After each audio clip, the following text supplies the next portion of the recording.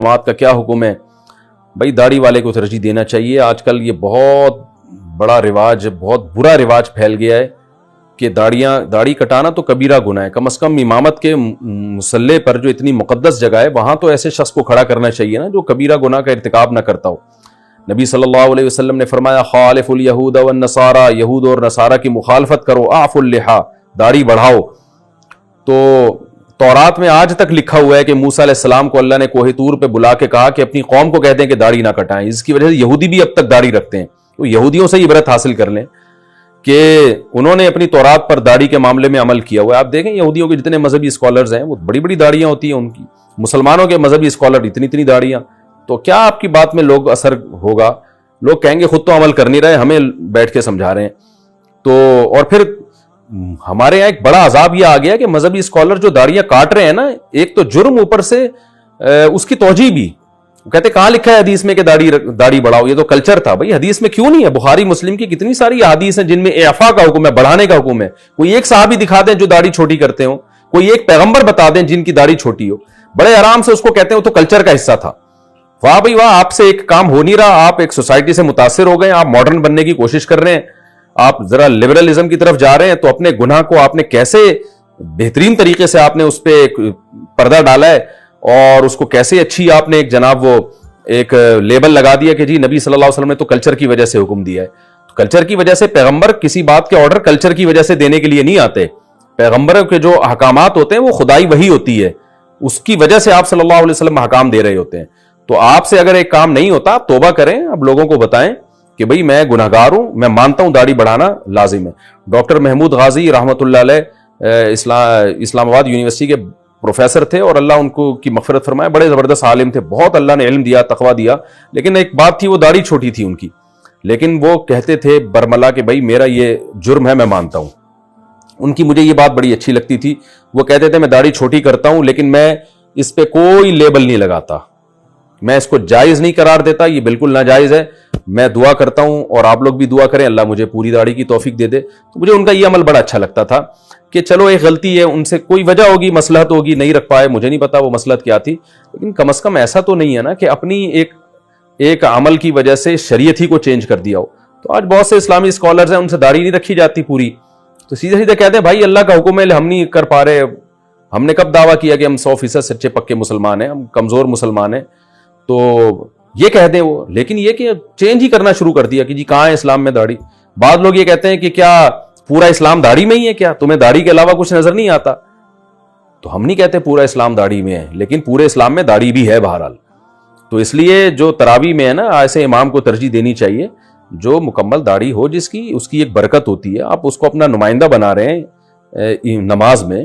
وہ گویا آپ کا پیغام، آپ کی جو دعا ہے سورہ فاتحہ میں جب وہ فاتحہ پڑھتا ہے تو آپ کی طرف سے پڑھتا ہے نا، وہ ایک نمائندہ بن کے اللہ سے بات کر رہا ہے.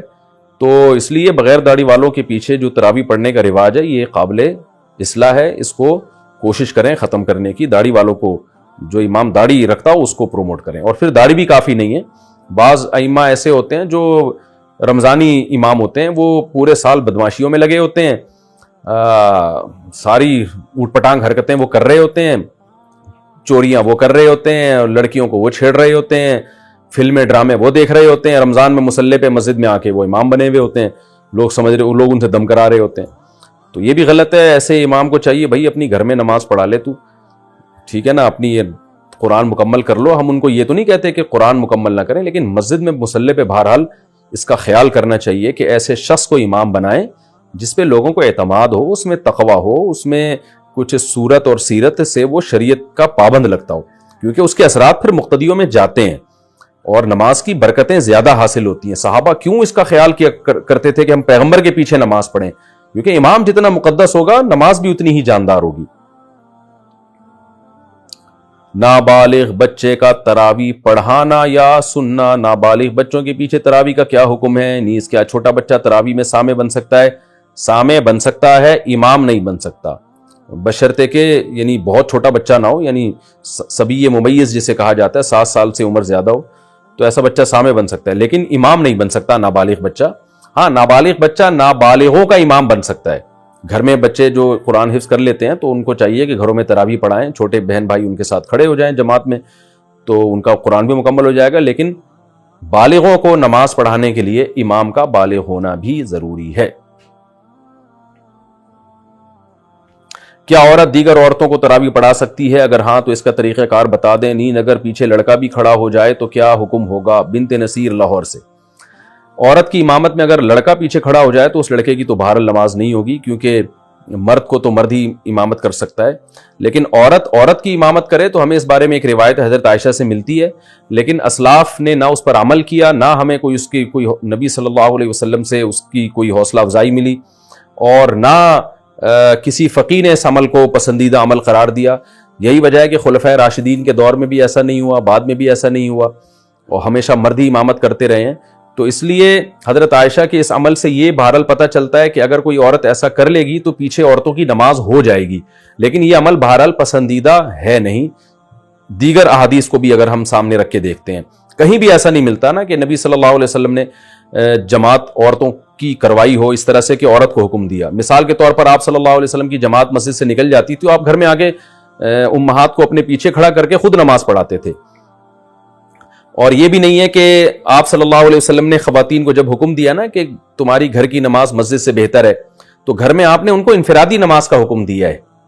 آپ یہ کہہ سکتے تھے کہ مسجد میں جماعت پڑھنے سے بہتر ہے تم گھروں میں جماعت کر لو, اگر اس کی اجازت ہوتی نا, جیسے کہ آج کل بہت سے اسکالرز فتویٰ دے رہے ہیں کہ عورت کو نماز پڑھا سکتی ہے. اگر ایسا ہوتا تو کتنے, یعنی عورتوں کو پھر گھر میں انفرادی نماز کا حکم تھوڑی ہوتا, بلکہ عورتوں کو حکم دیا جاتا ہے کہ گھر میں اپنی جماعت کرا لیں وہ, لیکن ہمیں کہیں بھی نہیں ملتا. تو صرف ایک حدیث کو دیکھ کے کبھی فیصلہ نہیں کیا جاتا, باقی بھی تمام احادیث کو دیکھا جاتا ہے. تو ان تمام احادیث کو دیکھ کے فقہا نے جو استدلال کیا وہ یہ ہے کہ اگر عورت کو نماز پڑھا دے تو نماز ہو تو بہرحال جائے گی, لیکن یہ عمل بہرحال مکروہ اور ناپسندیدہ ہے, یہ قابل ترغیب عمل نہیں ہے. اس لیے خواتین کو چاہیے کہ وہ انفرادی نماز پڑھیں, جماعت سے پڑھنی ہے تو مرد کو امام بنائیں, اس کی اقتداء میں نماز پڑھیں. اور اگر بالفرض عورت کو نماز پڑھاتی ہے مکروہ ہونے کے باوجود, وہ کہتی نہیں شوق ہے اس کو پڑھانے کا, تو پھر خواتین امام جو ہے نا وہ صف کے بیچ میں کھڑی ہوں گی, وہ آگے نہیں کھڑی ہوں گی, کیونکہ نماز میں عورت کو بہت زیادہ سمٹنے کا اور پردے کا حکم ہے, ایکسپوز ہونے کی اجازت نہیں ہے. تو اس میں پھر یہ ہے کہ وہ خواتین, جیسے حضرت عائشہ کے بارے میں یہی ہے نا کہ خواتین کے بیچ میں تھی وہ, تو پھر آگے جانے کے بجائے جہاں صف ہے اسی کے بیچ میں وہ عورت کھڑی ہو کے نماز پڑھائے گی.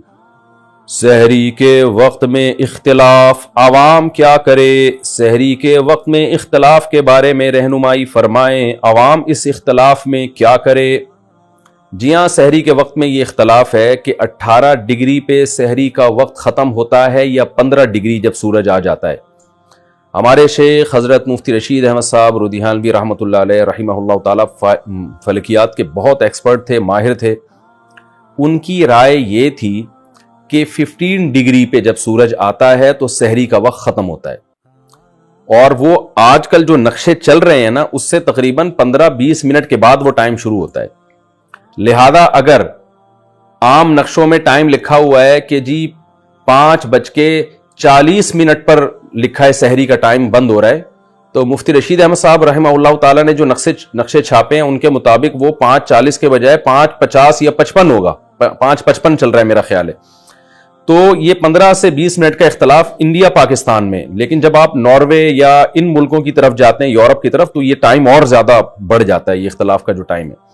لیکن دارالعلوم کرنگی اور بنوری ٹاؤن وغیرہ کی رائے یہ ہے کہ 18 درجے پہ جب سورج ہوتا ہے تو پھر سحری کا وقت ختم ہوتا ہے, اور اس کے مطابق جو نقشے آج کل چھپے ہوئے ہیں وہ اسی کے مطابق چھپے ہوئے ہیں, وہ ٹائم ذرا جلدی ختم ہو جاتا ہے.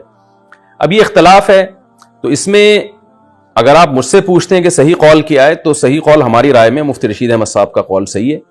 وجہ اس کی یہ کہ وہ مشاہدے پر مبنی ہے.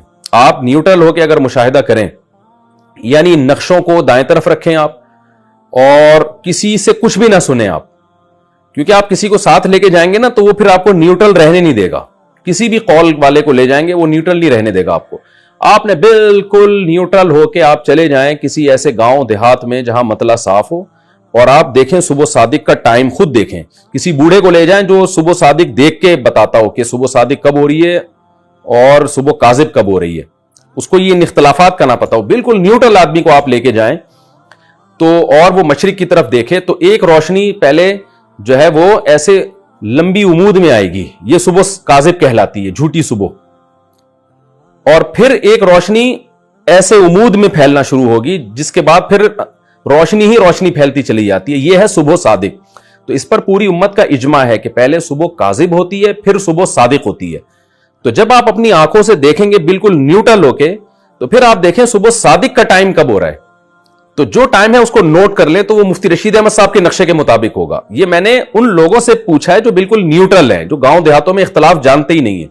تو آپ کہیں بھی دنیا میں جائیں گے نا, تو اس طرح سے آپ کو پتا چل جائے گا. لیکن بہرحال اختلاف ہوتا ہے. دوسری طرف بھی علماء ہے, تو ان کی ایک رائے ہے. تو جس آدمی میں تحقیق کی صلاحیت ہو, اس مسئلے میں تحقیق کر سکتا ہو, اور تحقیق ایسے ہی کرے گا کہ وہ نقشوں کو ایک طرف رکھے, جا کے مشاہدہ کرے, تو وہ تو مشاہدے پر عمل کرے اپنے. اور جس میں تحقیق کی صلاحیت نہیں ہے, تو ایک عامی آدمی پھر یہی کرتا ہے کہ بھائی جس طرف جمہور علماء ہیں ان کی رائے پر عمل کر لے, اور احتیاط والی رائے پر. احتیاط والی رائے یہ ہے کہ آپ سحری تو کر لیں دارالعلوم کورنگی کے نقشے کے مطابق, سحری یعنی جلدی روزہ بند کر لیں آپ, اور فجر کی نماز آپ مفتی رشید احمد صاحب رحمۃ اللہ علیہ کا جو نقشہ ہے اس کے مطابق پڑھیں, یعنی 15 منٹ لیٹ پڑھیں آپ. تو اس میں آپ کی فجر کی نماز بھی بالاتفاق صحیح ہو جائے گی سب علماء کے نزدیک, اور روزہ بھی آپ کا سب علماء کے نزدیک ٹھیک ہو جائے گا. تو یہ احتیاط والی رائے پر عوام عمل کرے. عوام کو ہم یہی مشورہ دیتے ہیں. باقی میرا اپنا معمول اور جو مفتی رشید احمد صاحب کا معمول تھا, اور جامعۃ الرشید کے بہت سے جو ماہر فلکیات ہیں ان کا معمول یہی ہے کہ وہ رمضان کا روزہ بھی مفتی رشید احمد صاحب رحمۃ اللہ علیہ کے نقشے کے مطابق رکھتے ہیں, کیونکہ اس رائے پر ان کو 100% اطمینان ہے. لیکن بہرحال اختلافی مسئلوں میں انسان اپنی رائے مسلط نہیں کر سکتا, اور خاص طور پر عوام میں. تو میرا یہ معمول گھر کے اندر تو ہے, لیکن میں پبلک پلیسز میں مفتی رشید احمد صاحب کی رائے پر عمل نہیں کرتا. پبلک پلیسز میں کہیں بیٹھے ہوں یا کہیں رشتہ دار آئے ہوں, مہمان ہوں, تو پھر جس ٹائم پہ سب سحری بند کر رہے ہیں ہم بھی اسی ٹائم پہ بند کرتے ہیں, تاکہ خام خامے کوئی جھگڑا نہ ہو, کوئی لوگوں کو اشکالات نہ ہو. ایسا نہ ہو کہ میں دیر تک کھا رہا ہوں تو لوگ پوچھیں مفتی صاحب سحری کا وقت ختم ہو گیا, ابھی آپ 15 منٹ بعد کس خوشی میں کھا رہے ہو. ان کو کون سمجھائے گا. تو ایک لوگوں میں ایک کنفیوژن پیدا ہوتی ہے, اختلاف پیدا ہوتا ہے, جھگڑے پیدا ہوتے ہیں. ایسا کام نہیں کرنا چاہیے جس سے لوگوں میں ایک اختلاف پیدا ہو. تو اس وقت ہم اپنی رائے چھوڑ دیتے ہیں, ہم کہتے ہیں کوئی بات نہیں, کوئی دیر تک کھانا فرض تو ہے نہیں. تو میں اعتکاف میں بھی کبھی بیٹھا ہوں, تو جس ٹائم پہ سارے اعتکاف والے جو دارالعلوم کورنگی کی رائے پر عمل کر رہے ہوتے ہیں تو ہم بھی اسی رائے پر عمل کرتے ہیں.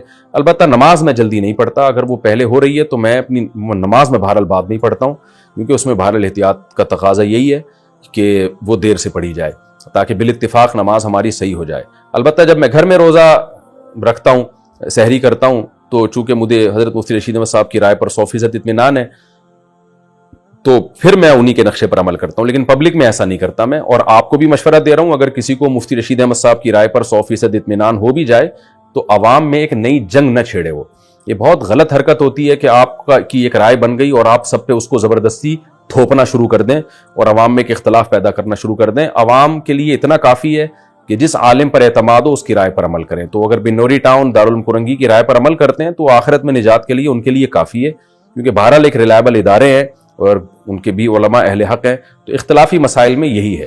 اور بھی دیکھیں نا, امام شافعی کا کسی مسئلے میں اختلاف, امام حنیفہ ایک طرف, امام شافعی ایک طرف. تو جو ان اختلافی مسائل میں کرتے ہیں یہاں بھی وہی کر لینا چاہیے کہ آپ کو جس رائے پر اعتماد و عمل کریں, دوسرے پر نکیر نہ کریں, آپ اس کو برا بلا نہ کہیں. تو سب سے بہتر عوام کے لیے احتیاط والی رائے ہے کہ سحری دارالعلوم کورنگی کے نقشے کے مطابق بند کریں, اور نماز مفتی رشید احمد صاحب رحمۃ اللہ علیہ کے نقشے کے مطابق پڑھیں. اچھا, یہ مفتی رشید احمد صاحب رحمہ اللہ کی جو رائے ہے یہ ان کی اکیلے کی نہیں ہے, دنیا میں اور بڑے بڑے ماہر فلکیات ہیں جو اسی رائے کے قائل ہیں. اور موبائل میں اپلیکیشن میں بھی ایسا ہے کہ آپ جب نارتھ امریکہ کے ادارے کی جو تحقیق ہے صبح صادق کی, وہ جب اپنے موبائل میں ڈاؤن لوڈ کریں گے تو وہ مفتی رشید احمد صاحب رحمۃ اللہ علیہ کی رائے والی رائے ہی کو وہاں کے سائنٹسٹ فالو کرتے ہیں. کراچی یونیورسٹی میں بھی بہت سے ایسے سائنٹسٹ ہیں جو فلکیات کے ماہر ہیں, وہ بھی مفتی رشید احمد صاحب رحمۃ اللہ علیہ کی رائے کو اس بارے میں صحیح قرار دیتے ہیں. بہرحال اختلاف ہے تو احتیاط پر عمل کریں, زیادہ بہتر ہے. حالت جنابت میں روزے کا حکم, کیا حالت جنابت میں روزہ ہو جاتا ہے؟ جی ہاں, حالت جنابت کا روزے سے کوئی تعلق نہیں ہے, ہو جاتا ہے. البتہ نماز حالت جنابت میں نہیں ہوتی.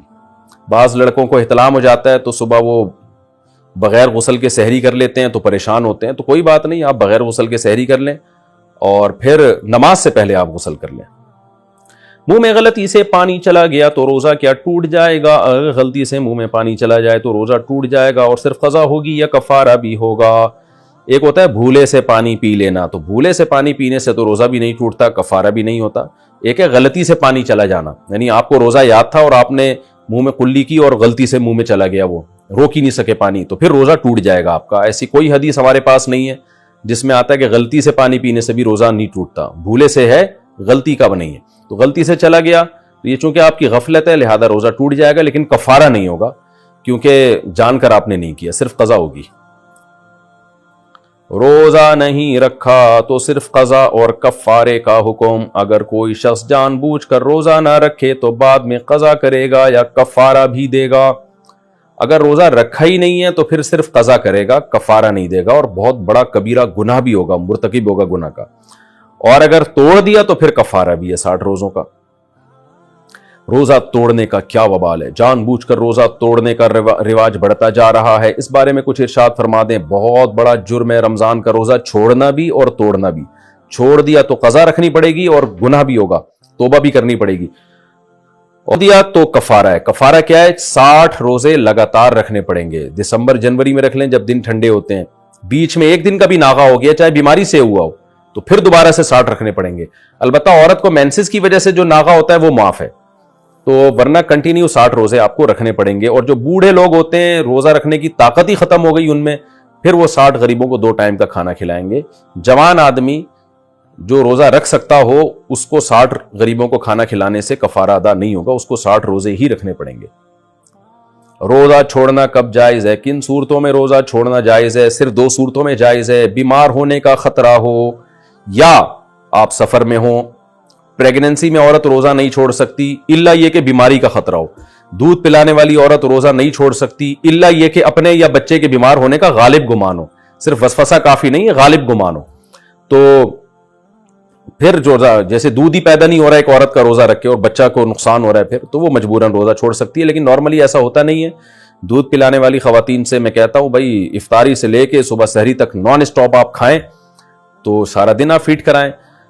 نارمل خواتین رکھتی ہیں ہمیشہ سے، مسلمان سوسائٹی میں روزے رکھتی ہیں، پریگننٹ خواتین بھی رکھتی ہیں، بلکہ پریگننسی میں تو خواتین سے کھایا ہی نہیں جا رہا ہوتا، ویسے بھی متلی آتی ہے ان کو، تو وہ بلا وجہ سستی میں روزے چھوڑ دیتی ہیں۔ بہرحال اگر بیمار ہونے کا خطرہ ہے یا واقعی دودھ اتنا کم ہو رہا ہے کہ بچہ بیمار ہو جائے گا یا اس کا پیٹ نہیں بھرے گا اور وہ بیماری کی طرف جائے گا تو پھر روزہ چھوڑا جا سکتا ہے، تو بیماری میں اور سفر میں۔ باقی کوئی عذر ایسا نہیں ہے جس میں روزہ چھوڑنے کی شریعت نے اجازت دی ہو۔ مزدور کو بھی روزہ رکھنا پڑے گا، اور آپ کا کل پیپر ہے تو بھی آپ کو روزہ رکھنا پڑے گا۔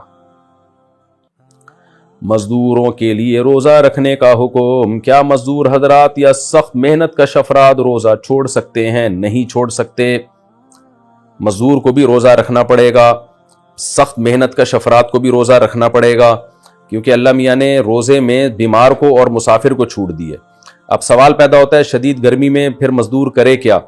تو مزدور کوشش کرے نائٹ ڈیوٹی کرے، اور مالک کو بھی حکم ہے جو مزدوری کرواتے ہیں ان کو بھی چاہیے کہ مزدور کا خیال کریں، رمضان میں اس کو زیادہ بوجھ نہ دیں، رات کے وقت میں کام کروائیں، دن میں اس کو چھٹی دے دیں۔ اگر وہ نہیں کرتے تو بھی بہرحال روزہ رکھنے کی کرنا پڑے گا مزدور کو۔ خدا نخواستہ روزے کے دوران حالت بہت غیر ہو جاتی ہے، بے ہوش ہونے کا یا مرنے کا خطرہ ہو جاتا ہے یا بیمار ہونے کا خطرہ ہوتا ہے، پھر مزدور کو روزہ توڑنے کی اجازت ہوگی، تو توڑ دے، پھر ایسی صورت میں گناہ نہیں ہوگا، بعد میں قضا کر لے، لیکن چھوڑنا پھر بھی جائز نہیں ہے۔ تو روزانہ رکھے، اور جب خدا نخواستہ ایسی حالت خراب ہونا شروع ہو جائے، مرنے لگے، بے ہوش ہونے کا خطرہ ہو، تو پھر روزہ توڑ دے۔ لیکن بھوک اور پیاس کی شدت کی وجہ سے روزہ توڑنا یہ جائز نہیں ہے، کیونکہ روزہ تو نام ہی بھوک اور پیاس کی شدت کو برداشت کرنے کا ہے۔ کسی کو کم بھوک لگتی ہے، کسی کو زیادہ، کوئی ایئر کنڈیشن میں بیٹھ کے روزہ گزار دیتا ہے اسے تو لگتی ہی نہیں ہے، کوئی گرمی میں چل پھر کے گزارتا ہے اس کو بہت لگتی ہے۔ تو اللہ میاں نے اس میں کوئی فرق نہیں رکھا کہ بھوک کی شدت کم ہو یا زیادہ ہو، وہ بہرحال برداشت کرنی پڑے گی۔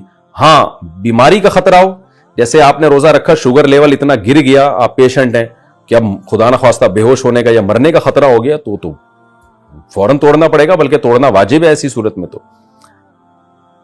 ناقابل برداشت بھوک میں روزہ توڑنا۔ بعض لوگوں کو روزے کی حالت میں بھوک کی شدت سے معدے میں شدید درد ہو جاتا ہے یا بھوک ناقابل برداشت ہو جاتی ہے، ان کے لیے روزہ چھوڑنے یا توڑنے کا حکم بیان فرما دیں نعیم شاکر ملتان سے۔ ناقابل برداشت بھی بھوک اگر ہو جائے تو بھی روزہ نہیں توڑ سکتے، بلکہ ہمت کر کے پورا کرنا پڑے گا، کیونکہ پیاس اور بھوک میں برداشت ہے کے قابل ہے یا نہیں ہے، یہ کوئی اللہ نے فرق نہیں رکھا۔ تو روزہ نام ہے کھانے پینے سے اوائڈ کرنے کا، تو چاہے وہ برداشت ہو رہی ہو یا برداشت نہیں ہو رہی ہو، ہاں البتہ بیماری کا خطرہ ہو یا جان جانے کا خطرہ ہو یا بے ہوش ہونے کا خطرہ، کیونکہ بے ہوشی بھی ایک بیماری ہے، تو اس صورت میں روزہ توڑ سکتے ہیں۔ اب کسی کے معدے میں شدید درد ہو رہا ہے شدید بھوک کی وجہ سے، تو یہ ایک بیماری ہے، کیونکہ نارمل ایسا ہوتا نہیں ہے، کتنی بھی بھوک لگی ہو آپ کو 24 گھنٹے بھی بھوکے نا آپ کے پیٹ میں درد نہیں ہوتا، لیکن بعض دفعہ کوئی بیماری ہے، جیسے کسی کو السر ہے یا اور کوئی بیماری ہے جس کی وجہ سے بھوکا رہنے سے پیٹ میں شدید درد ہو رہا ہے، تو درد ایک بیماری ہے، بیماری میں روزہ توڑا جا سکتا ہے تو اس درد کو ختم کرنے کے لیے، لیکن ناقابل برداشت بھوک یا پیاس لگی ہے تو پھر روزہ نہیں توڑ سکتے، توڑ دیا تو 60 روزوں کا کفارہ ہے۔